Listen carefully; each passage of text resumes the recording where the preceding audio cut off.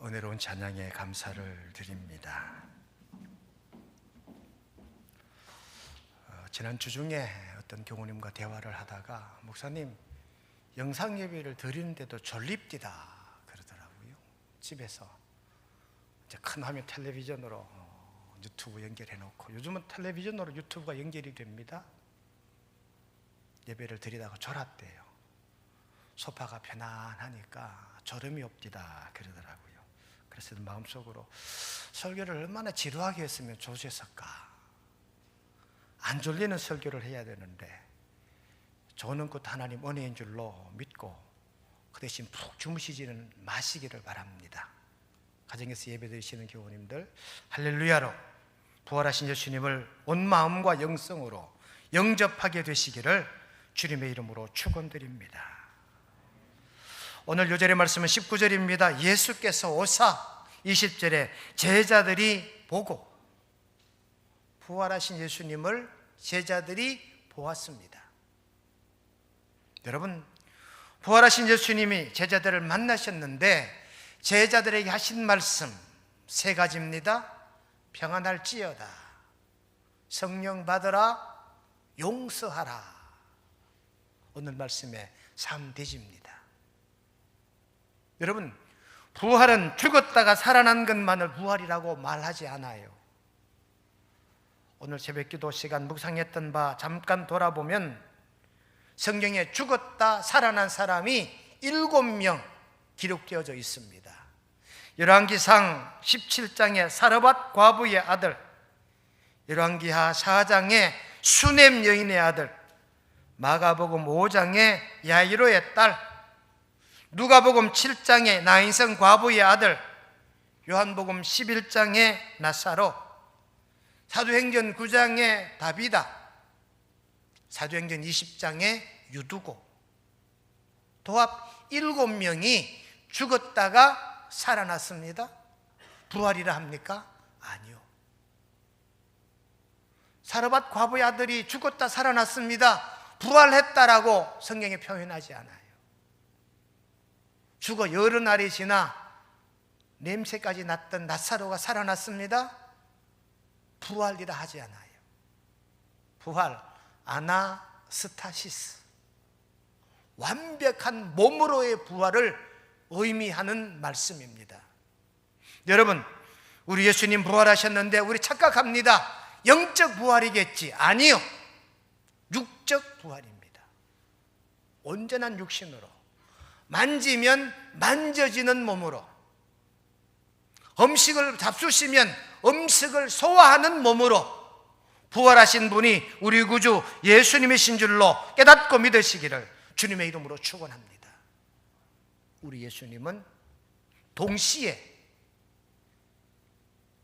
예배당 안에도 계시고 교우들의 가정에도 계시고, 같은 시간대 공간이 달라도 주님이 여러 곳에 계셨다라는 사실이 성경에 기록되어져 있습니다. 이건 인간이 할 수 없는 모습이지요.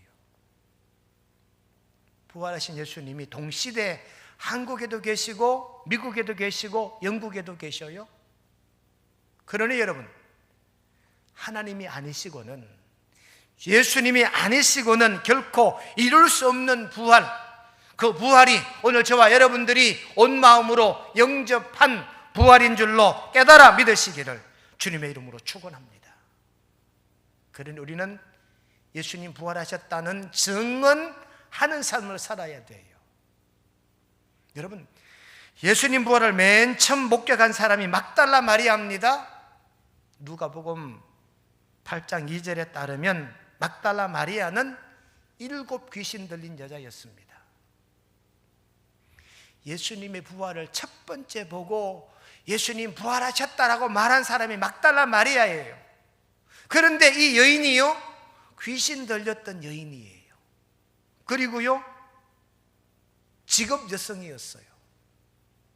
이런 여인의 말을 모든 사람들이 쉽게 알아듣고 긍정하고 인정해 줄까요? 여기에 퀘션이 들어갑니다. 왜? 역사적인 부활이요, 전 인류를 구원하시는 예수님이 부활인데, 그 증언하는 자가 좀 더 똑똑한 사람, 좀 더 신원이 명확한 사람, 그 시대 존경받는 아리마대 사람 요셉 같고 나다나엘 같은 존경받고 신망이 두터운 사람이 부활의 첫 증인이 되었더라면 얼마나 좋았을까. 그런데 여러분, 부활을 증언하는 이 첫 번째 증언자가요, 술집 출신이래요. 귀신 들렸던 전력이 있는 분이에요. 여러분, 이런 분이 예수 부활하셨다 하면 많은 사람들이 인정을 하고 바로바로 긍정했을까요? 아마 고개를 갸우뚱했을 거예요. 저 여자는 과거에 귀신 들린 여자인데 아직도 귀신이 덜 풀렸나? 이렇게 생각했을 거란 말이지.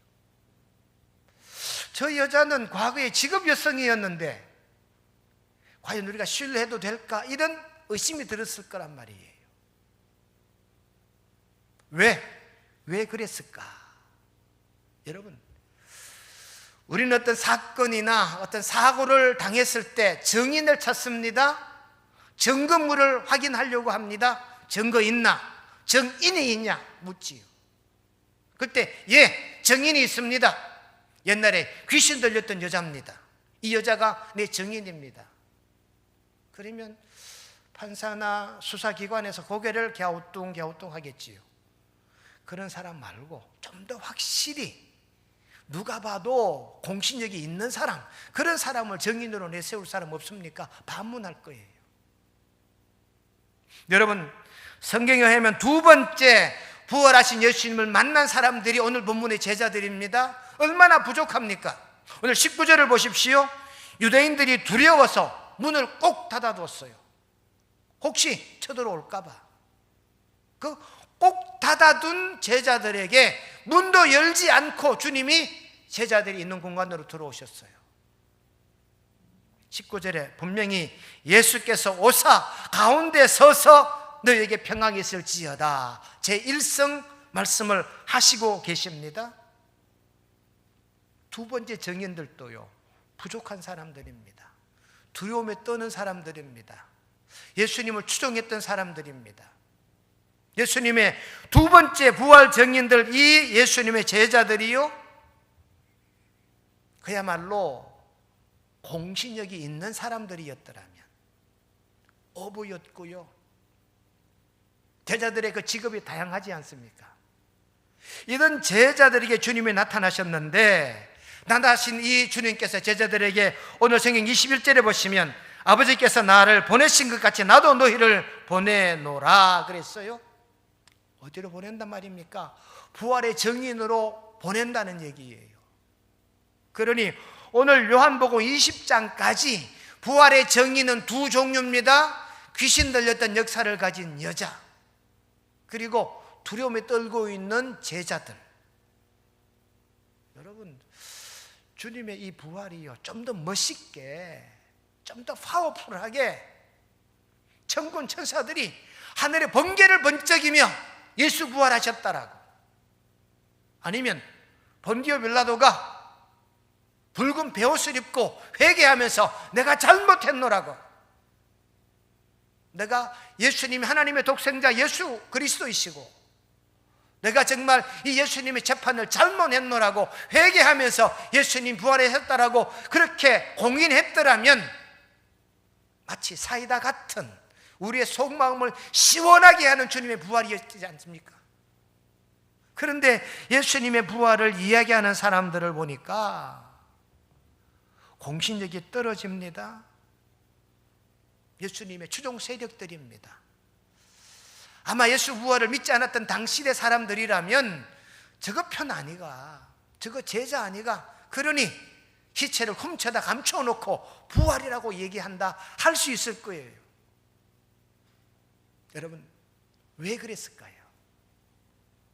만약에 오늘 우리가 상상하는 대로 좀 시원하게 예수님이 부활하셨을 때 좀 폼나게 모든 사람들이 두려움을 뚫을 정도로 그런 부활이었으면 얼마나 시원했을까요? 그런데 부활의 증인들을 보니까요, 귀신 들렸던 여자였어요. 직업 여성 출신입니다. 같은 편이었던 제자들이 주님의 이 부활은요 조용하게 온 거예요. 밑바닥에서부터 온 겁니다. 잔잔하게 부활의 소식을 전해가기 시작합니다. 왠지 압니까? 주님의 부활은 심판의 부활이 아니거든요. 주님의 부활은 구원하기 위한 부활이시거든요. 만약에 여러분 주님이 부활하셔서 심판했더라면 예수님은 심판의 주가 되시겠지요. 원수 갚는 부활이 되겠지요. 여러분 예수님의 부활은 원수 갚는 부활이 아닙니다. 심판의 부활이 아니다 그 말입니다. 예수님의 부활은 인류를 구원하기 위한 부활이신 줄로 깨달아 믿으시기를 주님의 이름으로 축원드립니다. 요한복음 12장 48절로 48절에 보시면 사람이 내 말을 듣고 지키지 아니할지라도 내가 그를 심판하지 아니하노라.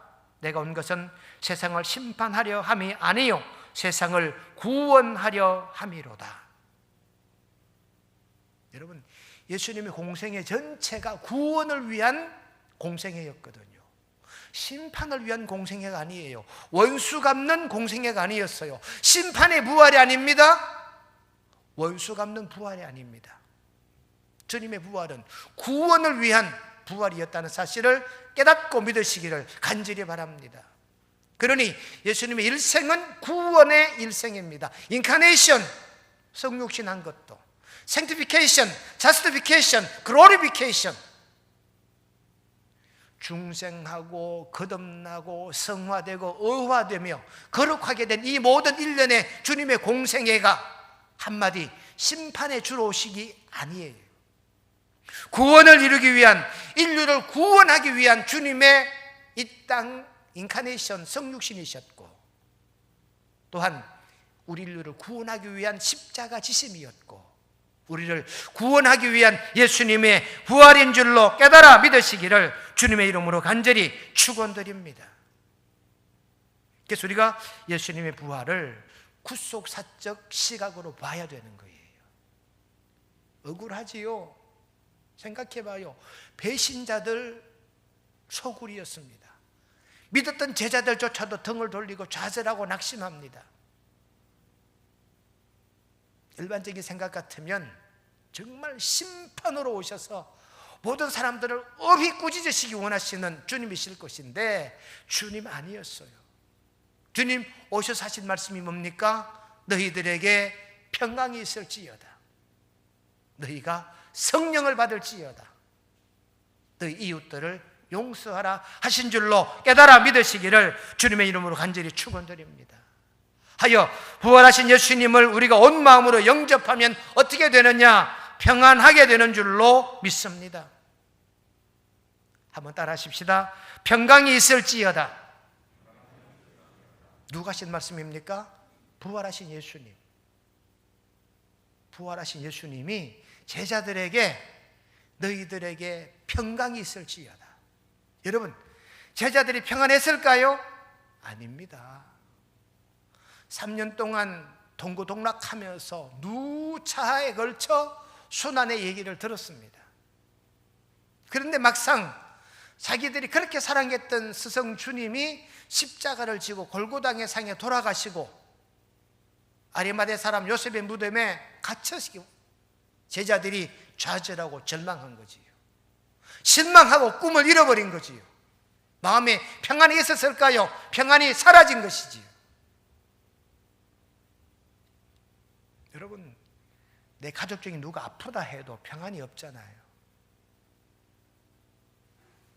우리 아버님이 52세 음력으로 3월 6일 4월 17일이 기일인데요, 다음 주 토요일이 아버님 기일인데 아버님이 덜컥 병이 나셨대요.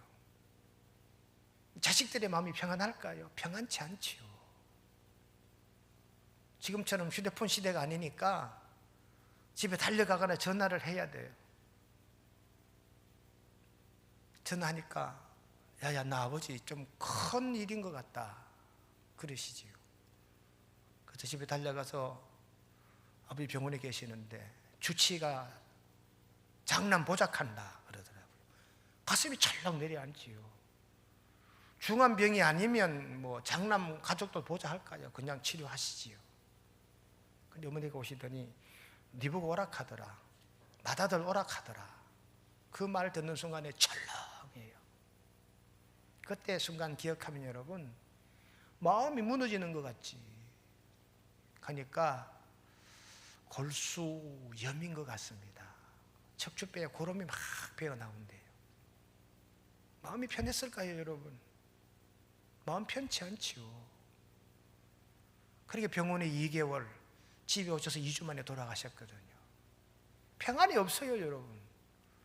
아버지가 편찮으신데, 아버지가 돌아가셨는데 평안할 자식이 있을까요?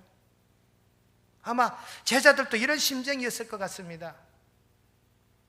스승 예수님이 십자가 지고 돌아가셨는데 지금 무덤에 머물러 계신데 제자들의 마음이 평안했을까요? 평안했으면 제자가 아니지요. 이런 제자들에게 예수님께서 하신 말씀이 무슨 말씀입니까? 너희에게 평강이 있을지어다. 이제부터 평안하라, 그 말이지요. 여러분, 예수님은요 이 제자들을 향하여 어쩌면 그래, 너희들이 나를 배신했겠다. 나 이제 살아왔으니 이 녀석들, 내가 그만큼 살아생전에 내가 이런 고난이 있을 거라 얘기했는데 그래, 그 순간을 못 참고 뿔뿔이 흩어졌더냐? 소망을 잃어버렸더냐? 절망하고 좌절했더냐? 라고 원망하시거나 분노를 표출할 수 있을 겁니다. 그런데 주님은 그러지 않으셨어요. 그래, 너희들이 마음고생했겠구나. 너희들의 마음이 무너지는 것 같았겠구나. 너희들의 마음이 평안이 없었겠구나. 자, 이제 너희들의 마음에 평안이 있을지어다. 여러분, 오늘 우리에게 주시는 하나님 말씀이 있습니다. 이르시되 너희에게 평강이 있을지어다. 19절 말씀에 21절 말씀에 똑같은 문장으로 두 번 반복하고 있습니다.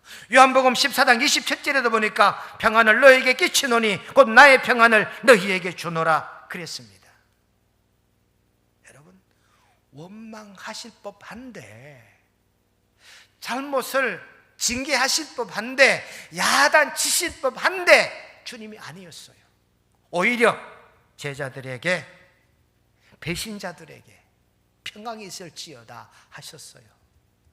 여러분, 부활의 주님을 온 마음으로 영접하는 우리 명성교회 여러분, 부활의 주님을 온 마음으로 영접하셔서 우리의 삶의 현장에 평강이 임하시기를 주님의 이름으로 축원드립니다.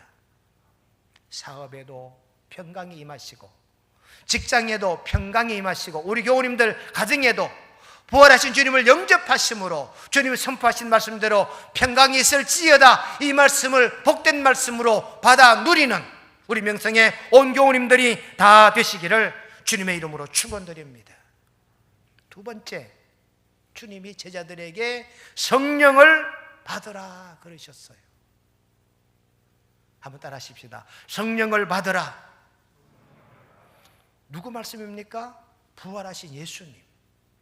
누구에게? 제자들에게. 이 시대 제자 누굽니까? 우리들에게. 부활하신 주님 우리들에게 성령을 받으라 그러십니다. 예수님이 이미 예언하셨어요. 요한복음 16장 7절 말씀에 내가 떠나가지 아니하면 보혜사가 너에게로 오시지 아니할 것이요 내가 떠나가면 내가 그를 너희에게 보내리니. 주님 이미 예고하셨습니다. 나는 가면 성령님이 오실 것이야. 그러니 성령 충만 받아라 그 말이지요. 여러분, 제자들이 주님과 함께 있을 때는 성령 충만했습니다.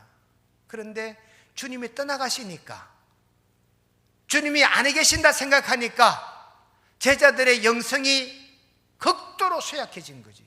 성령이 소멸되어 버리고 말았다는 사실입니다.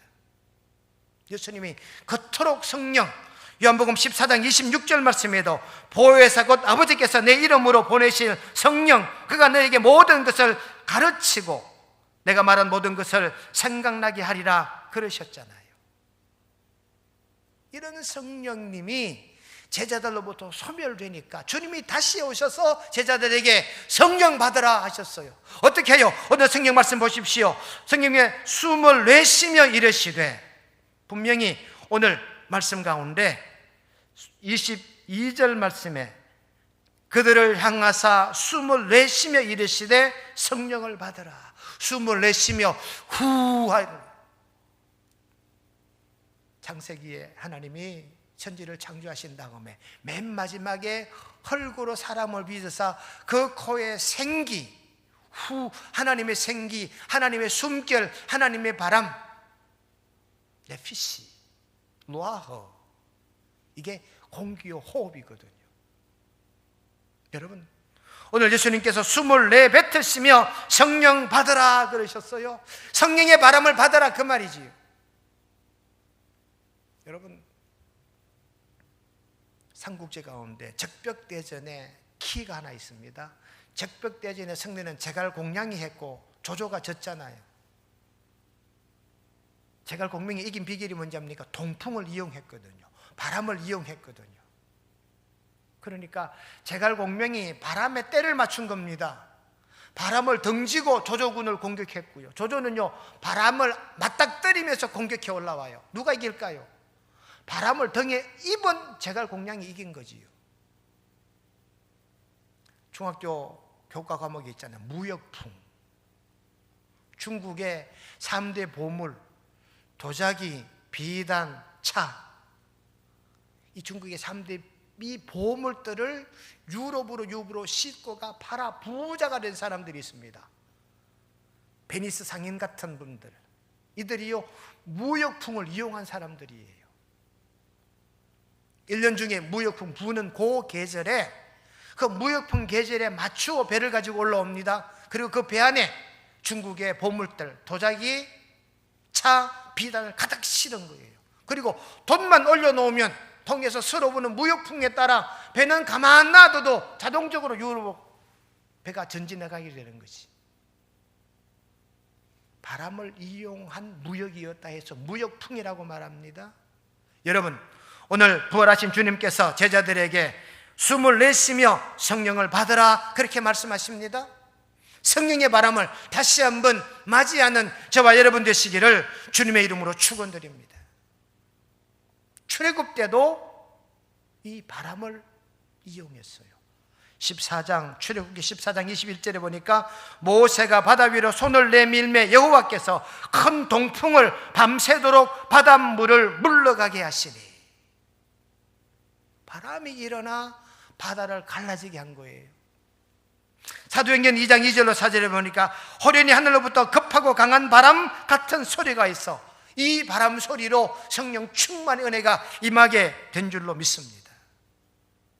그러니 여러분, 부활하신 주님이 제자들에게 성령의 바람을 받으라 그 말이에요. 앞으로 50일, 여러분, 지나간 40일은 사순절 기간이었습니다. 주님의 고난을 생각하고 근신하고 우리의 삶을 좀 경건된 삶을 살아왔다면 앞으로 50일, 성령 강림절까지 기쁨의 50일 살아가야 돼요. 어떻게 해요? 성령 충만함으로, 성령님의 인도하심을 받아 기쁨의 삶을 살아가는 성령의 바람을, 성령을 받아 누리는 저와 여러분 되시기를 주님의 이름으로 축원드립니다. 세 번째, 주님이 부활하셔서 제자들에게 하신 말씀이 있습니다. 누구의 죄든지 사하면 사하여질 것이요. 죄를 사하란 말은 용서하란 말이지요. 부활하신 주님이 제자들에게 용서하며 살래요. 저와 여러분도 부활하신 주님을 온 마음으로 영접하시며 이웃들을 용서하고 가족들을 용서하고 가까운 지인들을 용서하며 살아가게 되시기를 주님의 이름으로 축원드립니다. 주님이 용서할 사람이 별로 없어요. 번디오 빌라도 용서하고 싶을까요? 대제사장, 서기관들, 유대인들, 바리새인들, 호산나 찬양했던 자들이 하루아침에 돌변해서 예수를 십자가에 못 박으라고 외쳤던 그들을 용서하고 싶을까요? 근데 주님은요, 용서하신대요. 여러분, 십자가 위에서도 주님은 용서를 말씀하십니다. 누가복음 23장 34절에 예수께서 이르시되 아버지 저들을 사하여 주옵소서. 여러분, 남편이 잘못한 거 많지요? 용서하는 아내가 되십시오. 아내들은 잘못이 없을까요? 아내들의 잘못도 용서하는 남편들이 되십시오. 부모님은 다 잘하셨을까요? 우리 자녀는 다 잘했을까요? 내 친구에게 나는 다 잘했을까요? 우리 교우에게 나는 다 잘하고 살았을까요? 용서할 것이 없고 용서받을 것이 없을까요? 스데반은요, 돌에 맞아 죽어가면서 사도행전 7장 60절에 보니까 주여 이 죄를 그들에게 돌리지 마옵소서 이 말을 하고 자니라. 순교했단 말입니다. 예수님처럼 순교하기 직전까지 용서하신 거예요. 여러분, 부활하신 주님 우리에게 말씀하십니다. 너희들도 용서하며 살라고, 용서받고 살라고. 용서에 대한 영상을 보신 다음에 말씀의 결론을 맺도록 하겠습니다. 기쁨으로 보좌 앞에 우리 나가서도록 그때까지 참고 기다리겠네.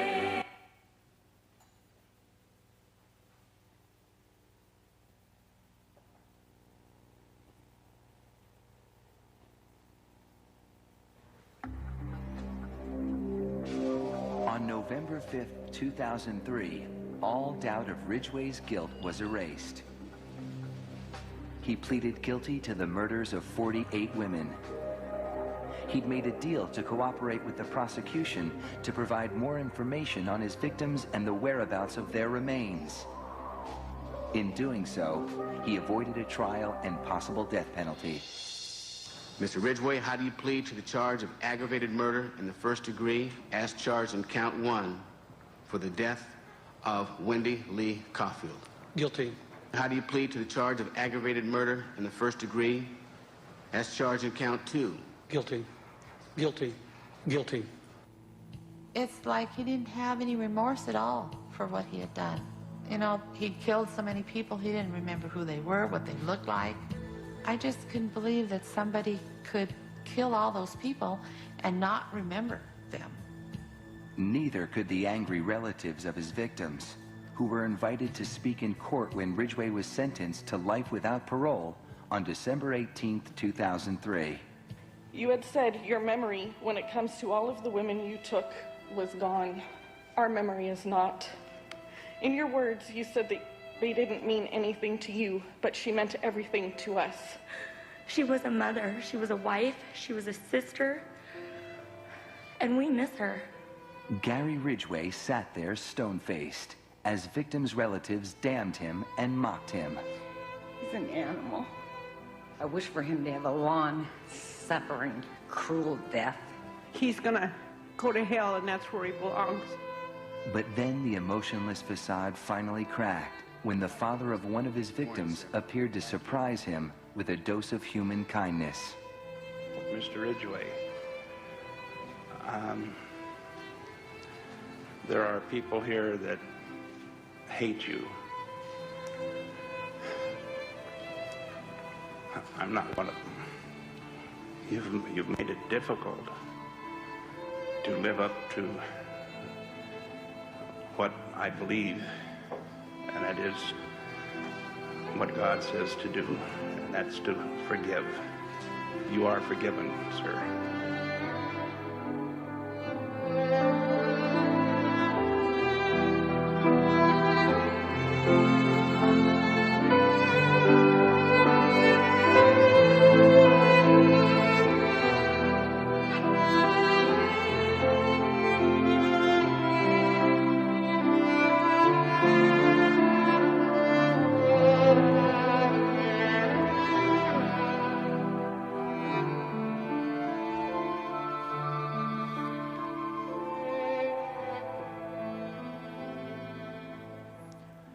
여러분, 저주는요 사람을 변화시키지 못합니다. 징계는요 사람을 바꾸지 못합니다. 근데 용서가요 사람을 바꾸어요. 부활하신 주님이 저희들에게 하신 말씀입니다. 너희가 사하면 사하여진대요. 우리가 이웃들의 잘못을 용서하면 용서되는 줄로 깨닫고 믿으시기를 주님의 이름으로 축원합니다. 오늘 말씀의 결론입니다. 2021년 부활절, 부활하신 주님이 제자들에게 오셨습니다. 그리고 그 제자들에게 세 마디 말씀을 하십니다. 평강이 있을지어다. 성령 받으라. 그리고 이웃들의 죄를 사하면 사하여질 것이라고 용서하라 하십니다. 부활하신 주님을 온 마음으로 영접하시고 부활하신 주님이 하신 말씀같이 평안과 성령을 사모하며 나 이외 이웃들을 용서하고 용서받고 사는 우리 명성의 부활 신앙 가지는 교우들이 되시기를 주님의 이름으로 축원드립니다. 거룩하신 하나님, 부활하신 주님께서 제자들에게 오셨고 제자들이 주를 보고 기뻐하였습니다. 그 제자들에게 평강이 있을지어다. 성령을 받으라. 용서하며 살라 하였는데 저희들 주님 이 말씀을 마음에 새겨 살기를 원합니다. 코로나로 우리 삶이 어려움이 있고 고통이 있지만 이웃관계에, 가족지간에, 가문에, 교회에, 우리 사회에 평강이 있기를 소망하옵고 성령의 바람 우리 마음에 불어오기를 원합니다. 하여 성령 충만한 삶을 살아가게 하시고 부활의 주님을 영접함으로 용서하며 용서받고 사는 우리 명성의 온 권속들 되게 도와주시옵기를 예수님의 이름으로 기도드리옵나이다. 아멘.